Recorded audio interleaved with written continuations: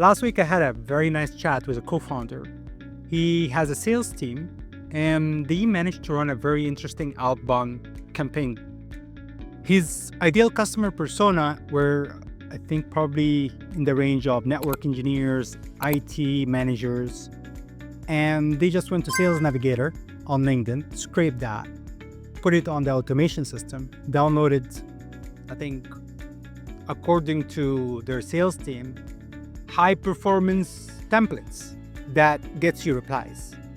And then they went straight away to automation via few automation tools for LinkedIn and then also for email.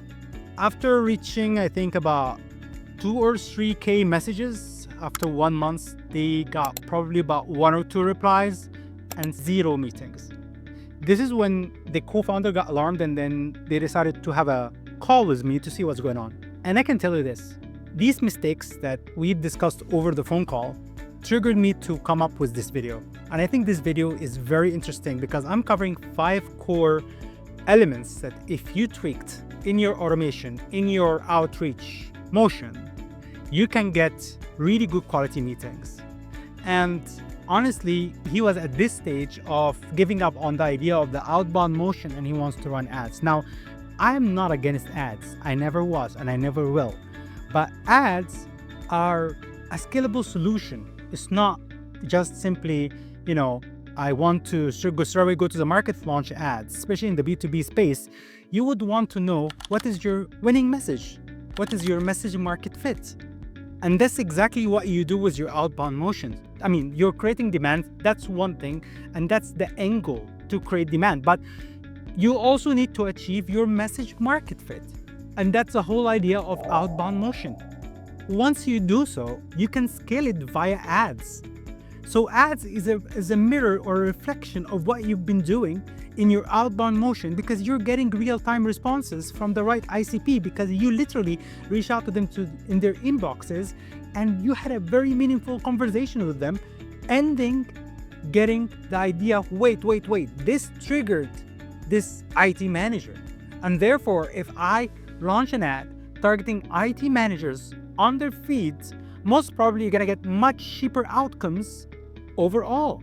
And that's the whole idea of when you wanna create a marketing campaign, that's how you think from this strategic perspective on the B2B space. Now, I wanna start straight away, right time, 0 meetings. And I'm assuming that you did your homework and you know exactly who are you talking to, their positions, and what kind of company size are you looking for, and your problem is 0 meetings. So I'm not discussing here how to find your right ICP. I assume you did your homework on that part.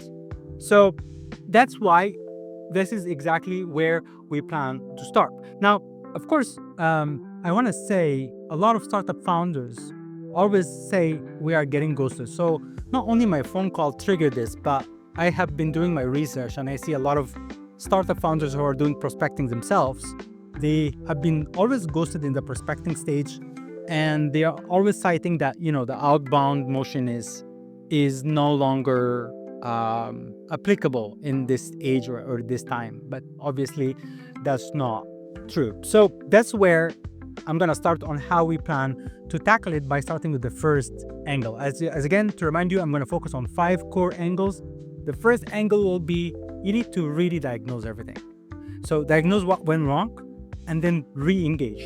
So to give an example of what McKinsey and company have been discussing, they say 71% of B2B buyers expect personalized interactions. So if your message sounds copy-pasted, it gets deleted. And that's exactly my problem.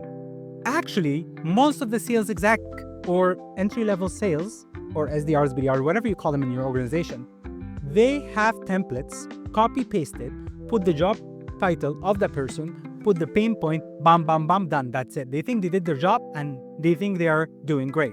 And that's a nightmare for your business. Now, another problem is the follow-up. So I give an example of just-in issues. I call this just-in follow-ups.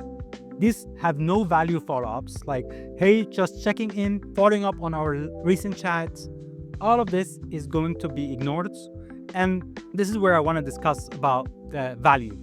So when you are sending a message, I assume I'm going to discuss obviously generally the message. I did a previous video you can check on our YouTube channel at Expand East on the messaging framework. So I'm not going to go into this right now, but I'm going to discuss about the follow-ups.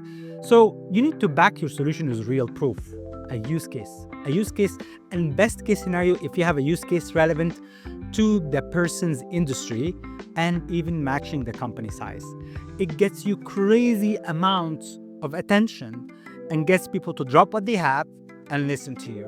Additionally, you need to, when you're following up, don't never say, I'm following up. You want to say something related to the industry. To give an example, since we're focusing on Malaysia as an agency along other Southeast Asian countries, we had the e-invoicing mandate, and this is by the government of Malaysia. And they had few timelines depending on the company size. And that's exactly what we call industry challenges. And we go to the finance managers, look, the e-invoicing mandate deadline is coming soon. We know that you're juggling between finding the right vendors. I'm just going to show you something very interesting, and it has a very good use case based on your, let's say, hotel size, if there are hotels. And one last thing is, when you're following up, you need to be strategic. So if I'm sending messages to finance departments, IT, and marketing, obviously it cannot be the same message because they have different problems they are accountable for. And therefore, you need to be careful about that.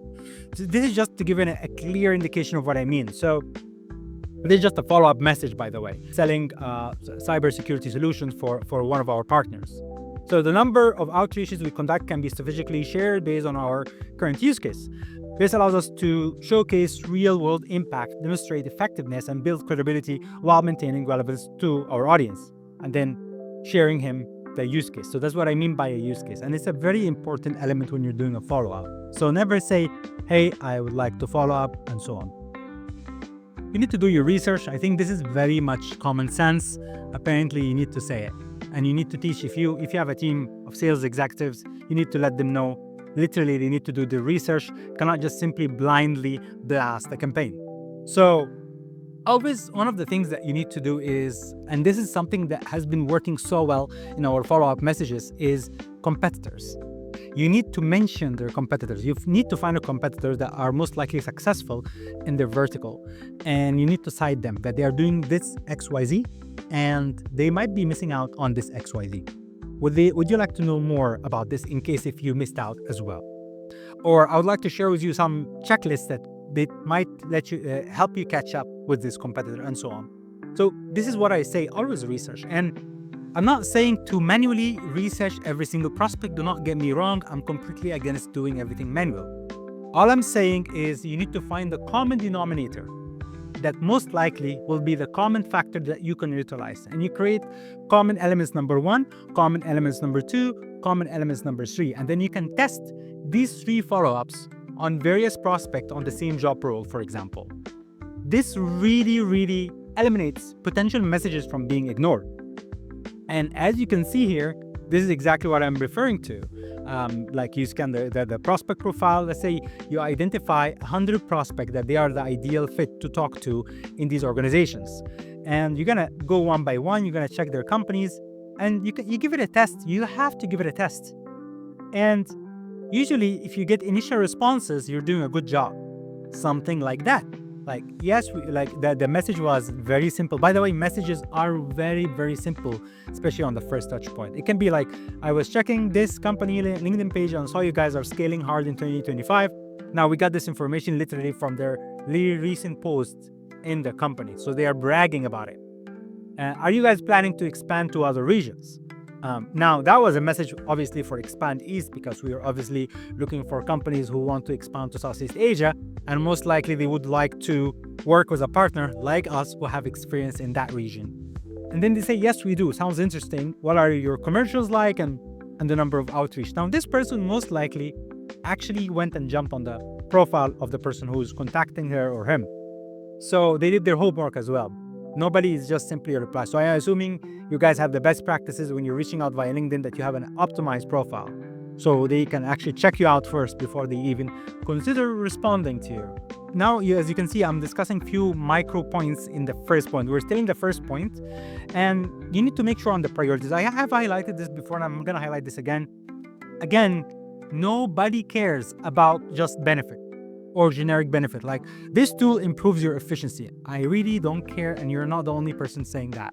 So your claim does not make any sense. But when you go a little bit deeper into something more specific to their pain point of the person, that can be a CTO, that can be a CEO, that can be a marketing manager, and double down on their most likely pain points that they are accountable for, and basically say something like this: we help team cut down onboarding time by 30%. Now they're going to ask you to prove it, because don't come up with numbers that are abstract. So you need to have something to prove whatever you're going to claim later. I'm not against putting numbers. I'm just saying if it's not validated and you don't have proof, you are just simply, going to lose your credibility. And this is just like a clear example of what I mean by doing your homework in a follow-up. So this, obviously, they are talking to someone who is a sales manager, and they said in the follow-up, so that's a follow-up message. As you can see, there is no hi, first name, no more. You're just replying in the same DM. I know how demanding managing sales can be. It's easy to focus on the day-to-day and miss opportunities to outpace competitors who are optimizing their processes and growing faster. That's why I thought this video could be valuable for you. 100+ demo calls in a month, presented by our growth director. It's packed actionable insights your team can apply right away to stay ahead. PS, you can check it out here, and then the link. If you'd like to explore how we can help your team get similar results, just let me know. I'll be happy to discuss further. So this is what we call, again, you're following up, but you're finding an excuse to follow up with high value.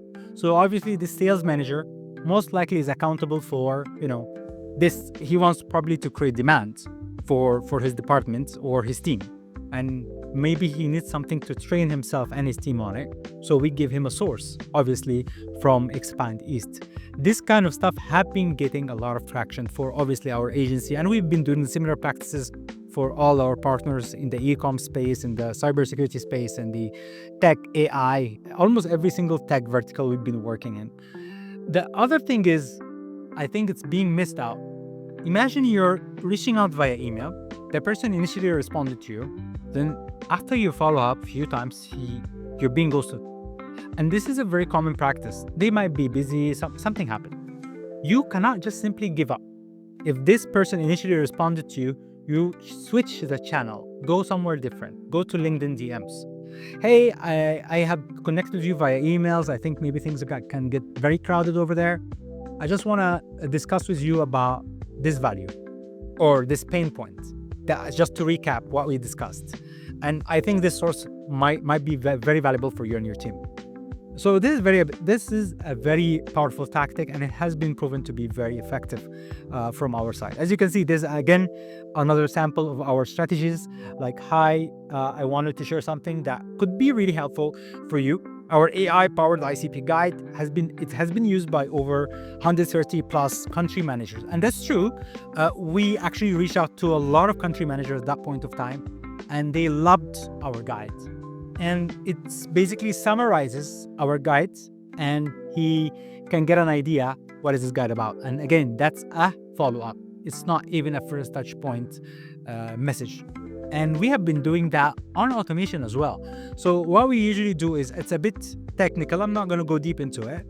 But when somebody is engaged, you always tag them. I assume your sales team is doing that, or you're doing that. And then you can push them in an automation where it has all the follow-ups that you think make sense for this position. Okay, so you need to make sure you have an easy exit. So if they did not respond to you, it's fine. They just don't want to say no. So you have to have this like an easy exit from your messaging. Like, hey, I haven't heard back, so I'll assume this isn't a focus for you at the moment, or for your company name at the moment. If priorities shift and securing more market share becomes a key initiative, I'd be happy to reconnect. Wishing you continued success in driving blah blah blah growth. That's it. That's exactly what I mean about an easy exit. So this makes things much easier for everybody, and it's not awkward. All right, I'm going to share with you the rest of the points, as I already covered only one point. So don't forget to subscribe, follow the rest of the video series. Thank you.